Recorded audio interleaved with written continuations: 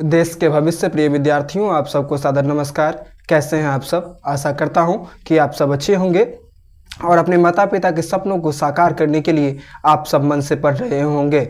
आज मैं आपके बीच मंदाकिनी वर्णनम पाठ से जो महत्वपूर्ण प्रश्न हैं उन प्रश्नों को मैं आपके बीच लेकर के आया हुआ हूं और उस प्रश्न के सटीक उत्तर जो होंगे वो मैं आप सबको बताऊंगा। मंदाकिनी वर्णनम पाठ में जो प्रश्न परीक्षा में संस्कृत संकाय में पूछे जाते हैं और जिनके जवाब हिंदी में देने होते हैं उन प्रश्नों का मैं आपको जिक्र करूंगा इस वीडियो सेशन में। इससे प्रीवियस की वीडियो आप देख सकते हैं। मैंने चैप्टर वाइज हर एक विषय का विस्तार पूर्वक विश्लेषण करते हुए मैंने वीडियोस बनाए हैं। आप अपना कीमती वक्त यदि उस वीडियो पर देंगे तो मैं ऐसी आशा करता हूं कि परीक्षा भवन में भी आपको वो प्रश्न के उत्तर जरूर याद रहेंगे। आज मंदाकिनी वर्णनम पाठ से जो महत्वपूर्ण प्रश्न हैं उन प्रश्नों को आपके बीच रख रहा हूं। मंदाकिनी वर्णनम पाठ से प्रथम प्रश्न है, जो मंदाकिनी वर्णनम पाठ का परिचय अपने शब्दों में दीजिए। तो लिखेंगे, जो मंदाकिनी वर्णनम एक ऐसा अध्याय है जो कि जब राम जी वनवास जाने के क्रम में जब वनवास जाते हैं और चित्रकूट के वन में जब प्रवेश करते हैं तो चित्रकूट के नज़दीक ही मंदाकिनी वर्णनम जो नदी है, मंदाकिनी नदी जो है, तो उसकी सुंदरता का बखान उन्होंने किया है। जैसा कि आपको चैप्टर के नाम से ही स्मरण हो रहा है, मंदाकिनी वर्णनम। तो मंदाकिनी नदी जो थी, तो उस मंदाकिनी नदी के प्राकृतिक छटाओं का उन्होंने इस अध्याय में विस्तार पूर्वक उन्होंने क्या क्या वहां पर देखा, इसका विस्तार पूर्वक इसमें विश्लेषण किया गया है कि मंदाकिनी नदी की प्राकृतिक सुंदरता किस प्रकार मन को मोह लेने वाली थी। तो उन विषयों का उन्होंने इस अध्याय में जिक्र किया है। और साथ ही साथ लिखेंगे, जो मंदाकिनी नदी वर्णना पाठ के द्वारा यह भी कहीं ना कहीं बताने का प्रयास किया गया। परिचय देने के क्रम में आप इस बात को लिख सकते हैं। लिखेंगे, जिस बात के माध्यम से बताया गया कि हमें क्या करना चाहिए, तो हमें प्राकृतिक प्रदत्त हमारे पास जितने भी संसाधन हैं उन संसाधनों का हमें विवेकपूर्ण ढंग से उपयोग करना चाहिए। संसाधनों का यदि हम नियोजन करेंगे, प्राकृतिक संसाधनों का यदि हम नियोजन करते हैं तो इससे हमारा ही हित होता है, हमारा अहित कदापि नहीं होता है, क्योंकि प्रकृति जो है सो हमें हमेशा खुश रखने का भरसक प्रयास करती है। दूसरा महत्वपूर्ण प्रश्न इस पाठ से है, जो मंदाकिनी की शोभा का वर्णन किस रूप में किया गया है। तो लिखेंगे, जो मंदाकिनी की शोभा का वर्णन बड़े ही अनमोल रूप में किया गया है। राम जी जो हैं वो लक्ष्मण और सीता जी को बताते हैं कि मंदाकिनी नदी की जो विशेषताएं हैं, मंदाकिनी नदी की जो अनुपम छटाएं हैं, वो हमारे हृदय को खुशियों से भर देने में सहायक है। हमारे हृदय में खुशियों का संचार करने में मंदाकिनी नदी की सुंदरता जो है वो पूर्णतः कहीं ना कहीं फलीभूत होती है।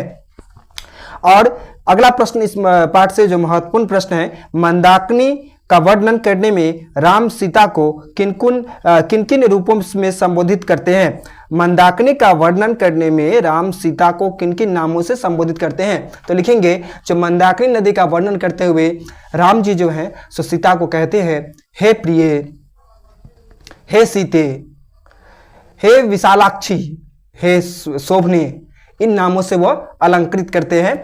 और क्योंकि वह जो है सो मंदाकिनी नदी की प्राकृतिक छटाओं को देख करके अत्यंत उनको प्राकृतिक छटाओं के आनंद को देख करके वनवास के क्रम में मिले उनके जीवन के झंझावटों को वो भूल जाते हैं, जीवन के दुखों को भूल जाते हैं और मंदाकिनी नदी की प्राकृतिक छटाओं में कहीं ना कहीं राम, लक्ष्मण और माँ सीता जो हैं सो बेसुध हो जाती हैं। तो उसी क्रम में राम प्रसन्न होते हुए कहते हैं, इन नामों से माँ सीता को अलंकृत करते हैं, जो हे सीते, हे प्रिय, हे विशालाक्षी, हे शोभने, इन नामों से वह उसे माँ सीता को संबोधित करते हैं।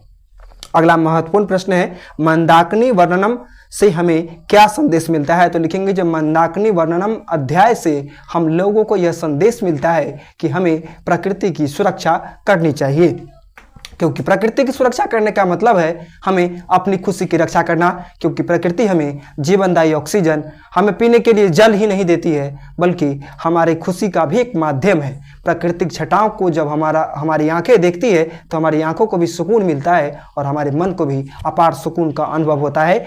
तो यह पाठ हमें प्रकृति की रक्षा के प्रति प्रकृति से प्रेम के प्रति एक सीख देती है, जिस सीख को सीख करके हम प्रकृति की रक्षा करने में कहीं ना कहीं तत्पर हो जाएंगे और हम यह जान पाएंगे कि प्रकृति की सुरक्षा का सीधा सा मतलब है हमें अपनी खुशी की रक्षा करना।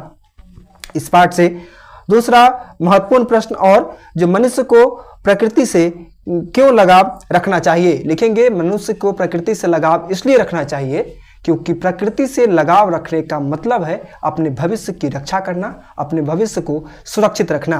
क्योंकि प्रकृति से जब हम लगाव करते हैं, प्रकृति से जब हम प्रेम करते हैं, तो प्रकृति भी हमसे काफ़ी ज़्यादा, दोगुना हमसे ज़्यादा प्रेम करती है। क्योंकि प्रकृति हमें तो बहुत कुछ देती है, मगर बदले में हमसे क्या मांगती है पता है? हमसे थोड़ी सी परवाह मांगती है, थोड़ी सी रक्षा मांगती है, जो कि हम नहीं कर रहे हैं उसके लिए। इसी का नतीजा है कि प्रकृति में असंतुलन व्याप्त हो रहा है। तो हमें प्रकृति से लगाव इसलिए रखना चाहिए क्योंकि प्रकृति से लगाव रखने का सीधा सा तात्पर्य है कि हम अपने भविष्य की रक्षा कर रहे हैं।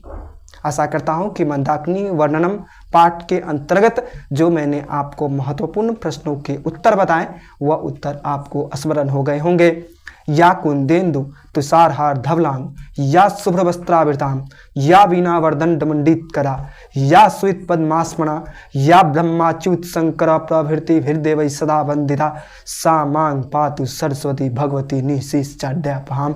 माँ सरस्वती की इन्हीं ध्यान मंत्रों के साथ इस वीडियो का समापन करता हूँ और माँ सरस्वती भगवती से आप सब बच्चों के लिए बेहतर भविष्य की प्रार्थना करता हूँ। माँ सरस्वती भगवती का असीम आशीर्वाद आप प्रिय बच्चों पर बना रहे, आप सब भविष्य में कीर्तिमान यश स्थापित करें और आप अपने माता पिता का और आप अपने शिक्षक का नाम गौरव कराएं और आप लोग अपने आप के ऊपर आपको गौरव हो, यही अपेक्षा मैं आप सबसे करता हूं। आप सब मेहनत जारी रखिए और मेहनत और लगन और कहते हैं हमारा लक्ष्य के प्रति नज़र जो है सो निश्चित रूप से जब तीनों का समावेश होगा, जब तीनों का योग होगा, तो हमें जो सफलता का फल चखने का स्वाद मिलेगा वो बेहद ही आनंददायक होगा। धन्यवाद।